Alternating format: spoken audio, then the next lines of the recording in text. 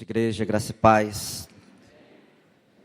Nós vamos à palavra Apocalipse 21.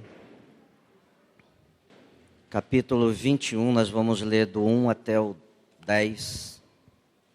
A palavra do Senhor diz assim: Vi novo céu e nova terra, pois o primeiro céu e a primeira terra passaram e o mar já não existe. Vi também a cidade santa, Nova Jerusalém, que descia do céu da parte de Deus, ataviada como noiva, adornada para o seu esposo. Então ouvi grande voz vinda do céu, vinda do trono, dizendo: Eis o tabernáculo de Deus com os homens. Deus habitará com eles, eles serão povo de Deus, e Deus mesmo estará com eles. E lhes enxugará dos olhos toda lágrima, e a morte já não existirá. Já não haverá luto, nem pranto, nem dor, porque as primeiras coisas passaram. E aquele que está sentado no trono disse: Eis que faço novas todas as coisas, e acrescentou: Escreve, porque estas palavras são fiéis e verdadeiras. Disse-me ainda: Tudo está feito. Eu sou o alfa e o ômega, o primeiro e o princípio e o fim. Eu a quem tem sede darei de graça da fonte da água da vida. O vencedor herdará estas coisas, e eu lhe serei Deus, e ele me será filho. Quanto, porém, aos covardes, aos incrédulos, aos abomináveis, aos assassinos, aos impuros, aos feiticeiros, aos idólatras e a todos os mentirosos, a parte que lhes cabe será no lago que arde com fogo e enxofre, a saber, a segunda morte. Então veio um dos 7 anjos que tem as 7 taças cheias dos últimos 7 flagelos, e falou comigo dizendo: Vem, mostrar-te-ei a noiva, a esposa do Cordeiro. E me transportou em espírito a uma grande e elevada montanha, e me mostrou a santa cidade Jerusalém, que descia do céu da parte de Deus. Espírito Santo de Deus, nós queremos consagrar as nossas vidas ao Senhor nesse momento, Pai, para que a Tua palavra, Senhor Deus, venha encontrar, Senhor Deus, repouso, Senhor Deus, no nosso coração, encontrar uma terra fértil, Senhor Deus, e que o Senhor nos traga discernimento, e que o Senhor nos traga revelação, e que o Senhor fale conosco nessa noite. Pai Santo querido, que o Senhor não nos deixe sair daqui, Senhor Deus, como chegamos, pensando como pensamos, Senhor Deus, agindo como agimos, Pai, que o Senhor transforme, Senhor Deus, o nosso ser, assim como o Senhor tem prometido na Tua palavra, Senhor Deus. Eu oro, Senhor Deus, por essa igreja, Pai, eu oro por essa cidade, Senhor Deus, que a palavra, Senhor Deus, seja levada pelos 4 cantos, pelos 4 ventos, Pai Santo querido, adentrando, Senhor Deus, cada casa, cada residência, atingindo, Senhor Deus, o coração de cada família nessa noite, que o Senhor possa, Senhor Deus, manifestar a Tua glória e manifestar o Teu poder, Pai Santo querido. Deus, a começar por nós, Pai, e nós te agradecemos e te louvamos em nome do Senhor Jesus Cristo de Nazaré. Amém e amém. Fica à vontade, queridos. O título dessa mensagem dessa noite é a igreja que seremos versus a igreja que somos. Que o Espírito Santo do Senhor possa nos conduzir realmente a entender aquilo que o Senhor tem a falar conosco nessa noite, aquilo que Ele tem falado conosco já no decorrer dos anos, aquilo que Ele tem nos ensinado, para que nós façamos essa obra de uma forma conforme Ele quer. Esse é o desejo do nosso coração. O pastor Marco de manhã e agora à noite falou desse projeto, que não só nos Estados Unidos, mas também em todas as partes do mundo, inclusive no Brasil, as pessoas estão cada vez mais querendo imprimir, a sociedade está querendo mais imprimir sobre a igreja condições seculares, coisas que elas acreditam que seja correto. E muitas vezes a gente tem perguntado ao longo do tempo qual é a direção dessa igreja, qual é o caminhar dessa igreja.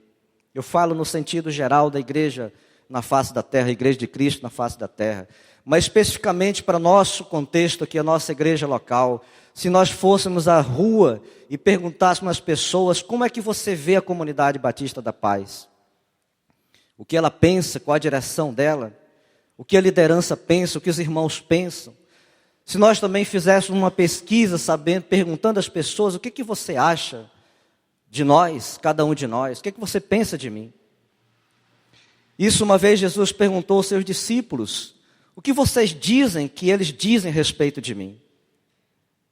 E eles responderam, e ele perguntou outra vez: o que vocês pensam de mim? Queridos, isso é uma coisa que realmente nós precisamos perguntar muitas vezes. Como tem sido a nossa caminhada? Qual tem sido a nossa caminhada?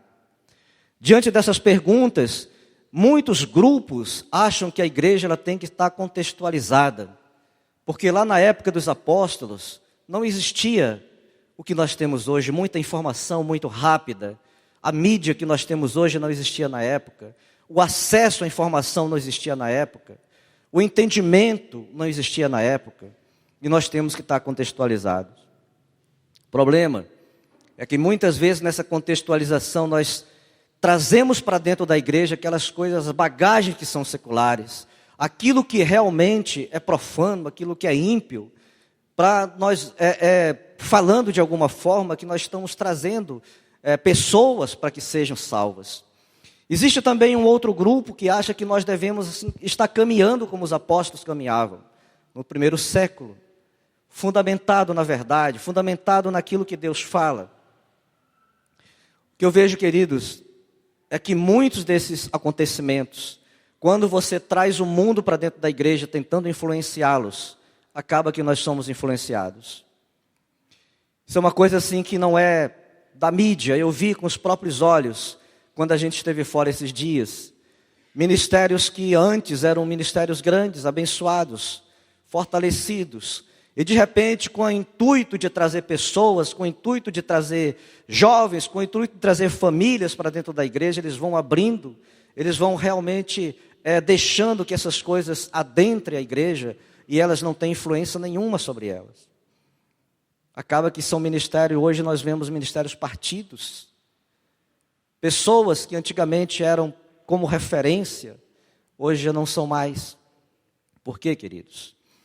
Nós não temos muitas vezes assim tanto poder para influenciar as pessoas. Porque nós não estamos fundamentados naquilo que a palavra de Deus tem nos requerido. Eu imagino assim que o desejo de cada um de nós realmente é ganhar vidas. E por isso nós usamos todas as formas, muitas vezes erradas, de fazer isso.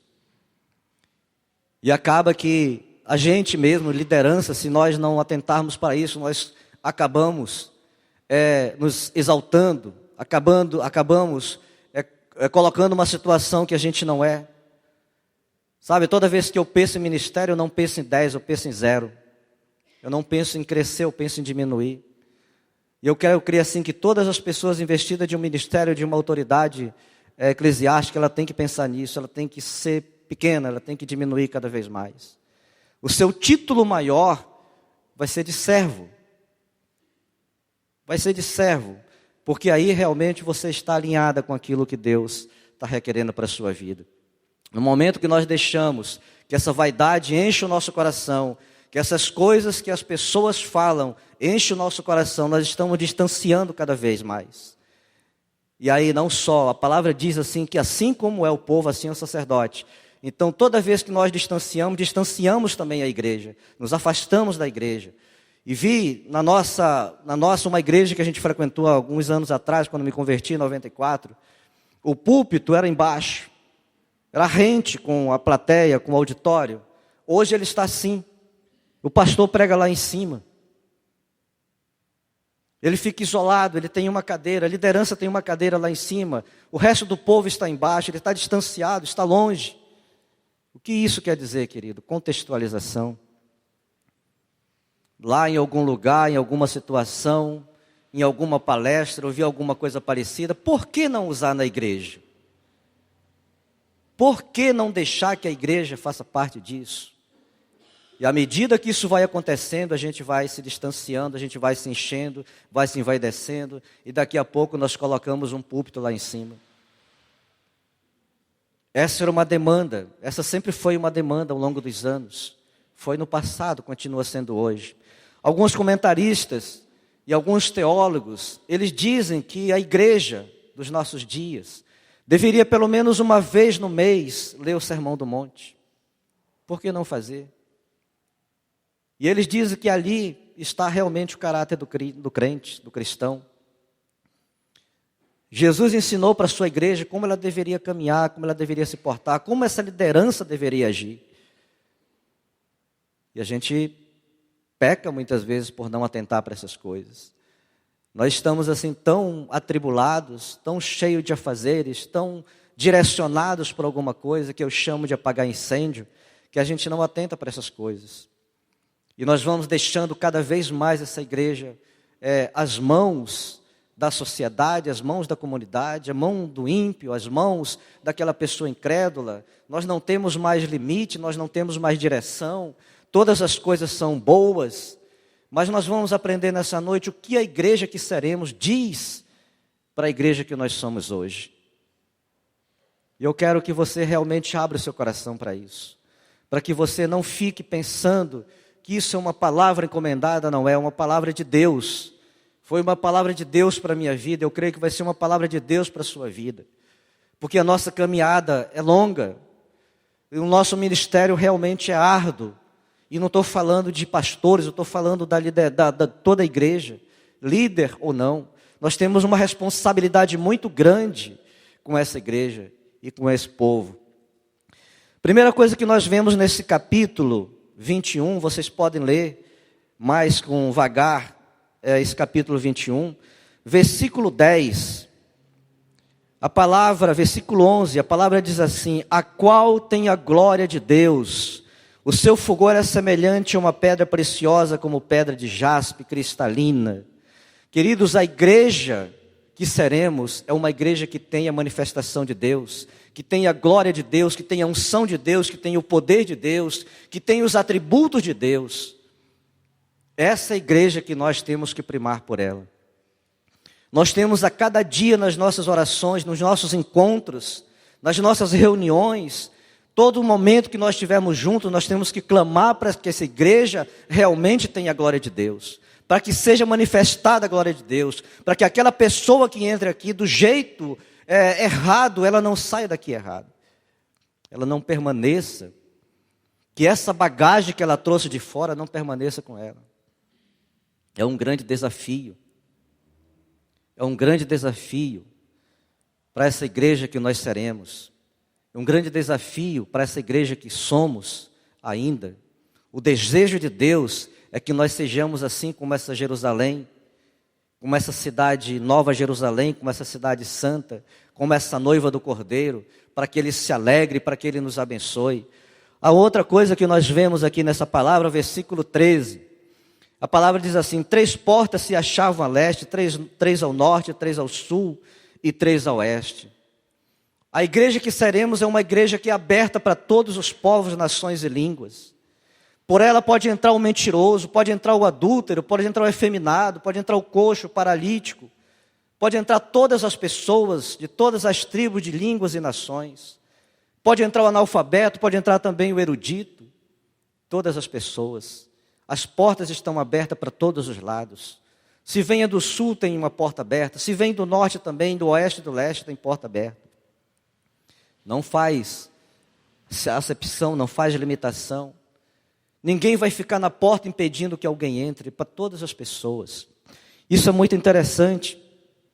Mas também essa palavra nos diz no versículo 16, que a cidade é quadrangular, de comprimento, largura iguais, e mediu a cidade com vara até 12.000 estádios, o seu comprimento, largura e altura são iguais. A igreja que seremos é uma igreja que não tem cubículos, é uma igreja que não tem tapetes com sujeiras embaixo, é uma igreja que não esconde nada, é uma igreja que está clara, não tem cantinhos para alguém fazer coisas ocultas, não tem reentrâncias para que a gente possa fazer alguma coisa que não corresponde àquilo que Deus requer de nós. Essa é a igreja que seremos. Nós temos que aprender com essa igreja que seremos. Nós, por enquanto, estamos nessa igreja que somos, limitadas, muitas vezes querendo realmente alguma coisa para a gente fazer, para a gente se esconder. Olha, tem uma outra coisa interessante nisso. Antigamente eu falo lá nos meus 15 anos, é um pouco antigamente, quando a gente ouvia alguém falando assim: olha, fulano é protestante, podia apostar que o cara era protestante, aquela família é uma família de Deus, podia apostar que aquela era uma família de Deus. Você não tinha nenhuma dúvida, eles podiam até não gostar, eles podiam não aceitar o protestante, mas eles criam que o cara realmente tinha um caráter inquestionável.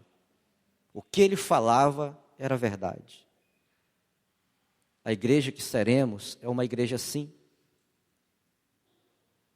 A nossa palavra vai ser uma palavra verdadeira, porque o nosso fundamento é a verdade, o nosso fundamento é a palavra de Deus. O nosso fundamento são os ensinos de Cristo. Não pode ser diferente. Nós não temos duas palavras.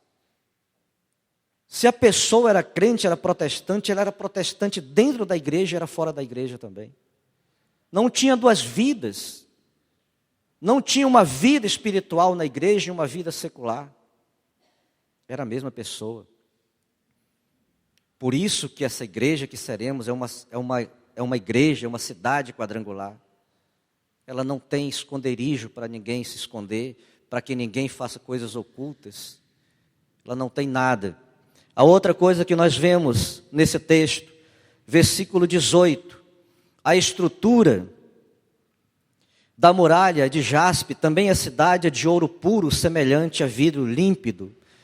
Essa igreja, ela não era simplesmente bonita por dentro, quadrangular, onde não havia sujeira, onde não havia nada a esconder, mas ela também era bonita por fora. Todas as pessoas que olhassem essa igreja de fora, ela estava transparente, não tinha nada. Se nós perguntássemos para a comunidade, o que você pensa da comunidade Batista da Paz? Ou o que você pensa da igreja de Cristo nos nossos dias? A resposta era a mesma. Assertiva era a mesma. Não existia dúvida que era uma igreja límpida, transparente. Assim nós caminhamos. É o desejo de Deus que nós sejamos uma igreja desse jeito, transparente. Que as pessoas nos olhem de fora, que as pessoas nos vejam. O nosso caminhar aqui dentro vai ser o mesmo caminhar lá de fora. Tem uma grande igreja lá em Manaus. Complexo muito grande. E um dos nossos sobrinhos, ele falou assim: tio, ele não é cristão. Tio, há algum tempo, esse homem era um homem muito abençoado.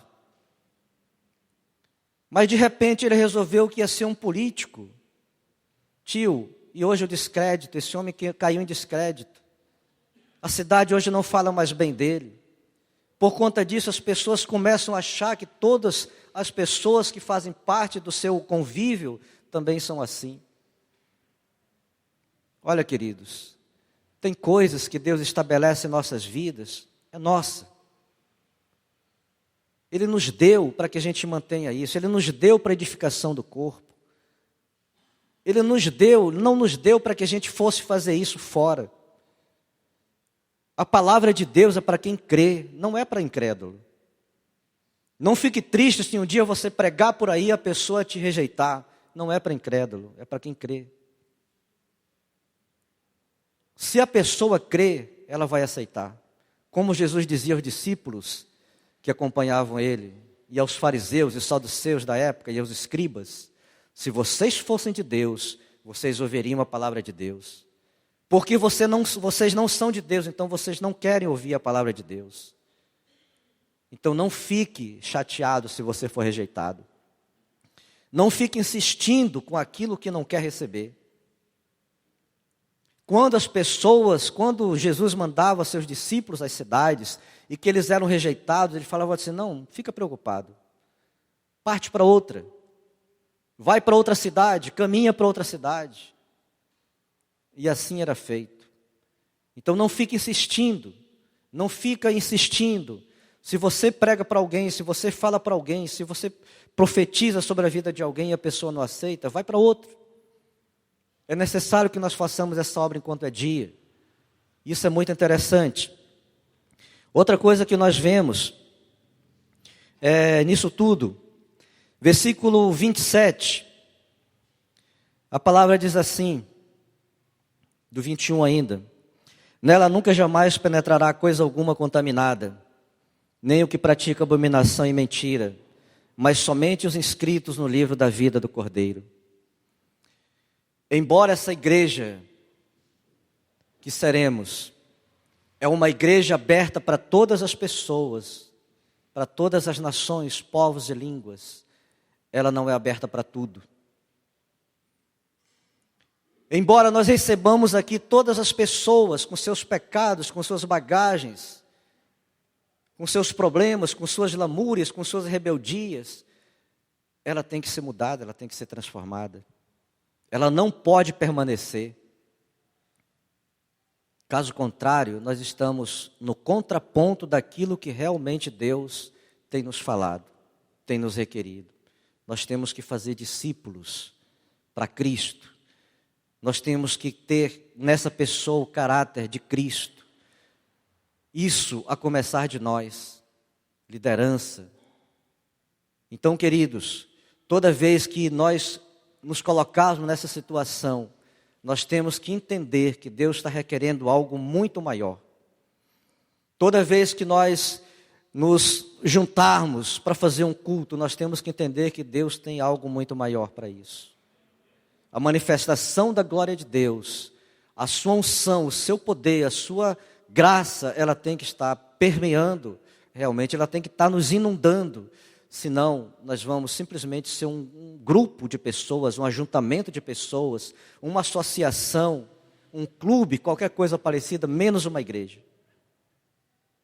Necessariamente nós temos que trabalhar isso. Outra coisa interessante, Pastor Cote, ele fala que a igreja dos nossos dias é uma igreja que não está crescendo, simplesmente ela está mudando. Ela está tendo um rodízio. Porque pessoas saem de uma igreja e vão para outras igrejas. Na contabilização, nós somos 45 milhões. Mas ele fala, somos 45 milhões há tempos.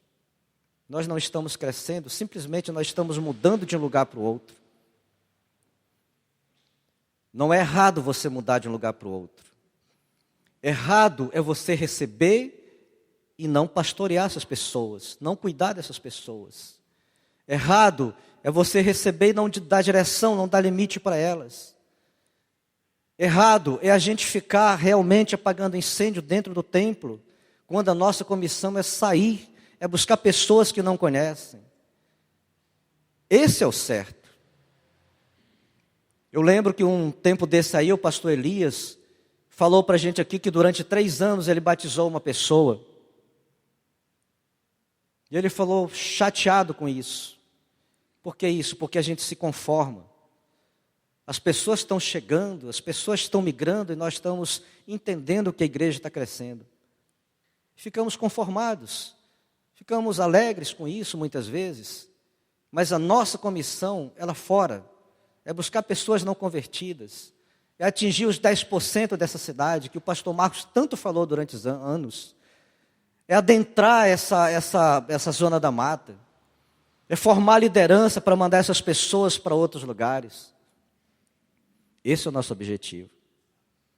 Pessoas que estão chegando, vai ter pessoas para cuidar. Nós não podemos ficar envolvidas com isso, sabendo que realmente Deus não nos comissionou para isso. Mas esquecendo um pouco isso de lá também. A igreja que seremos é uma igreja que cuida, é uma igreja que se importa também aqui dentro, na nossa comunidade, na nossa igreja local. Por exemplo, quando você sai de uma célula e você vai para outra célula, é necessário que essa pessoa também seja curada, é necessário que você vá à liderança dela e pergunte por que você migrou, por que ele migrou. Porque a célula é uma igreja que está na casa de alguém, é um grupo menor, mas é uma igreja. Quando você sai de um discipulado e vai para outro discipulador, é necessário que você vá ao discipulador e pergunte por quê. A igreja que seremos, ela tem que agir desse jeito, é claro. Não tem nada escondido. Isso é uma coisa que tem que ser realmente algo que nós tenhamos que fazer. Algo que esteja dentro de nós. Nós temos que trabalhar desse jeito. Senão, nós vamos ficar realmente o tempo todo envolvido com situações, complicações tantas, que nós vamos esquecer daquilo que é primordial. Vidas, almas lá fora. Não é o nosso objetivo. Lá na igreja de Atos, teve um momento que a igreja também estava envolvida com essas coisas internas.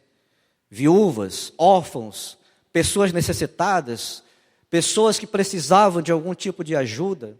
E de repente os apóstolos falam para aquela comunidade: olha, não convém que nós deixemos de orar e sair e pregar a palavra, anunciar a palavra. Nós vamos eleger pessoas para que cuidem desse negócio. E eles fizeram assim. Queridos, nós temos que aprender com isso. Às vezes a gente fica se debatendo com muitas coisas pequenas, que não dizem respeito ao Evangelho, ao reino. E nós temos que deixar pessoas para cuidar disso. Nós temos que partir. Nós temos que ganhar pessoas novas, vidas novas. Nós temos que sair. Nós temos que anunciar. Esse é o nosso objetivo. E não ficar aqui dentro do templo, resolvendo esses problemas pequenos. Uma outra coisa interessante nisso: a igreja que seremos é uma igreja fundamentada sobre a verdade de Deus e sobre a palavra de Deus. É uma igreja fundamentada sobre a doutrina dos apóstolos. Nós não temos que fugir disso. Vai chegar um dia, eu creio.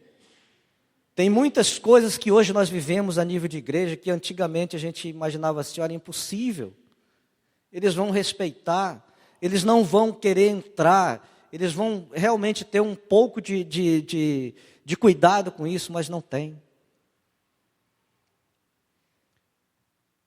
Vai chegar um dia que a gente realmente vai estar entre a cruz e o punhal, e nós temos que escolher uma coisa ou outra. Vai chegar um dia que nós vamos ter que estar reunidos e falando uns aos outros, fazendo um compromisso como a igreja do primeiro século fazia, de nunca negar Cristo, de nunca negar a sua palavra, de nunca negar os seus ensinamentos, de nunca negar a sua verdade, de andar sempre nos seus caminhos. Vai ser preso, vai ser chicoteado, vai ser apedrejado, vai ser jogado fora da cidade, não importa. O que importa é que isso nós temos que realmente fazer. Sabe, quando as pessoas perguntarem o que você pensa a respeito? O que você pensa a respeito de casamento dentro da igreja, de irmãos que se separaram dentro da igreja e casaram dentro da igreja? Você tem que saber responder. Na minha cidade, Boa Vista, a gente está vendo muito isso, infelizmente. Antigamente era lá fora. As pessoas casavam lá fora, se separavam lá fora, vinham para a igreja, casavam aqui. Hoje não. Dentro das próprias igrejas, hoje a gente está vendo com um marido com uma esposa, amanhã ele está com outra, ela está com outro. Isso, queridos, não é a igreja que seremos. Isso é a igreja que somos. E nós, como igreja, temos que ter um posicionamento a respeito disso. Nós não podemos abrir mão, realmente, daquilo que é verdadeiro, daquilo que é fundamentado na palavra de Deus. Senão, logo, logo, nós vamos estar contextualizados, como muitas igrejas têm estado contextualizadas. Invadidas pelas coisas seculares. E aí nós não seguramos mais nada. Deixa eu te falar outra coisa. Nós temos um amigo que morou na Suíça há muitos anos. E ele diz assim: olha, na Suíça, na época dele, nos nossos dias, existem pastores que não são chamados, não nasceram numa igreja, não se converteram. São profissionais. Profissionais que alguém precisa que uma igreja seja levantada, ele vai com aquele profissional e fala assim: olha, eu quero em determinado tempo tantos membros. E ele é plantado dentro daquele grupo. Naquele tempo, ele devolve aquele grupo com a quantidade de membros que ela está precisando. Não são líderes criados, gerados, com uma missão. Se nós não atentarmos para isso, se nós não tivermos uma visão clara, um posicionamento claro, se nós deixarmos a coisa ser levada do jeito que lá fora está sendo levado, futuramente nós precisamos de alguém na Comunidade Batista da Paz. Nós precisamos de 2.000 membros. Quanto tempo? 6 meses. E traz um profissional desse para alavancar essa igreja. Sabe qual é o meu medo nisso?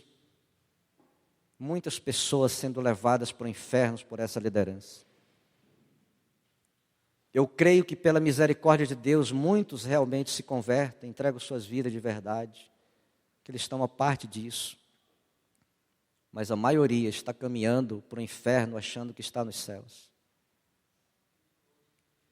Então, queridos, esse é o contexto. Assim era o contexto na época de Sodoma e Gomorra. Ló, ele estava tão contextualizado com a situação de Sodoma e Gomorra, que o pecado para ele não fazia diferença. E deixa eu te falar outra coisa, Deus não fala com aquelas pessoas que estão contextualizadas com o pecado. Deus poderia ter falado diretamente com Ló a respeito da destruição de Sodoma e Gomorra, ele não fez. Ele falou com Abraão. Deus mandou 2 anjos para tirar Ló e sua família de lá. O que ele fez? Ele não queria sair, estava muito bom. Foi necessário que os anjos pegassem pela mão Ló e arrastassem ele de lá. Estava muito bom. Aqueles pecados não faziam mais diferença para ele.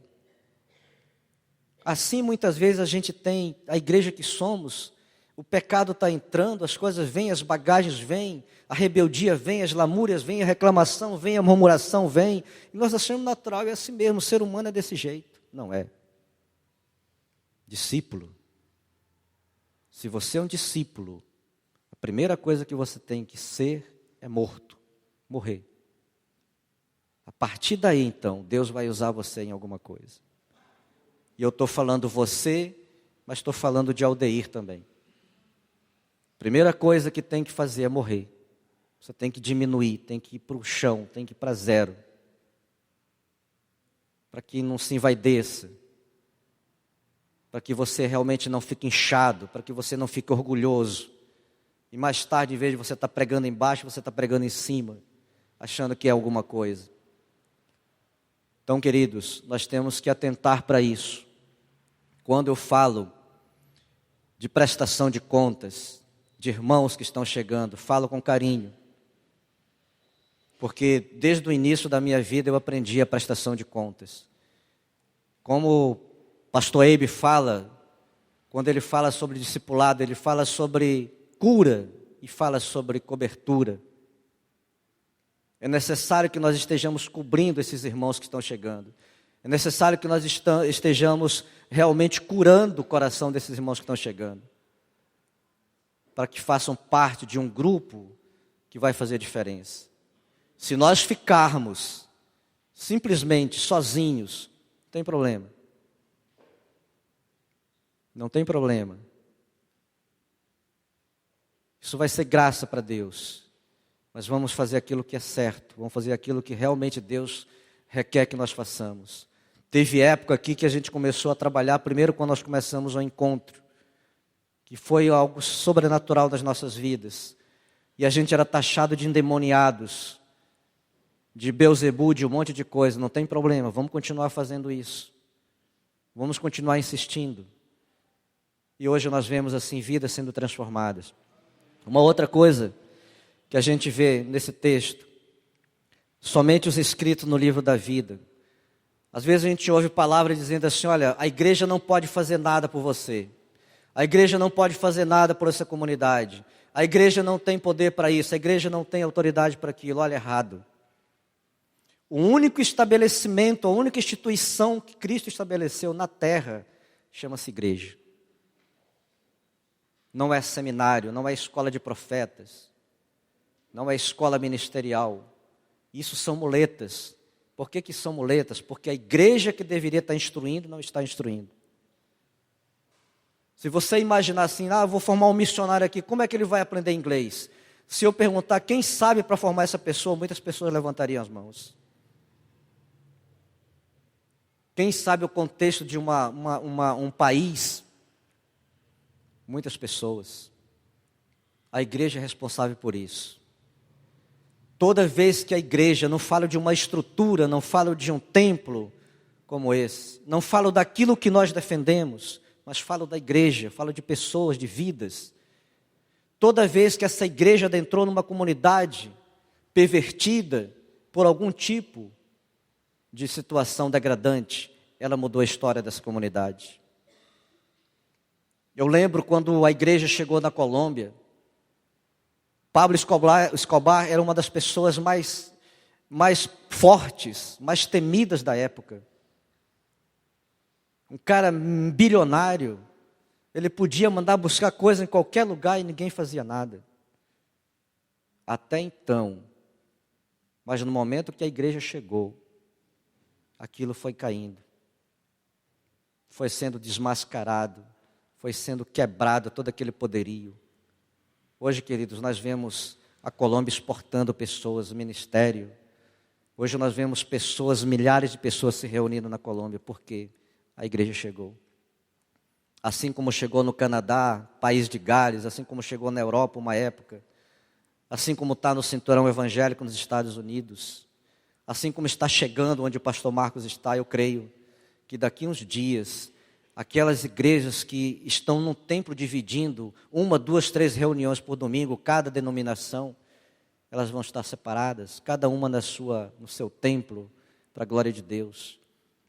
Aqueles irmãos que estão inconformados porque tem um culto uma vez por semana e durante a semana não tem nada para fazer, daqui a um tempo eles estão reunindo nas casas. Onde a igreja chega, irmãos, ela faz diferença. É a única instituição que Cristo estabeleceu na terra, chama-se igreja.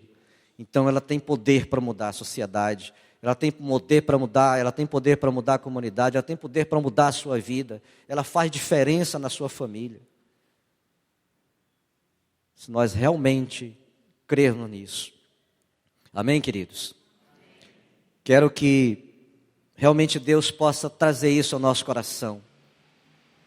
Quero que Deus comece a nos incomodar de uma forma que a gente não fique apático nisso. Quero que Deus possa nos sacolejar realmente, mandar um terremoto para cá, para que a gente não fique com sangue coalhando.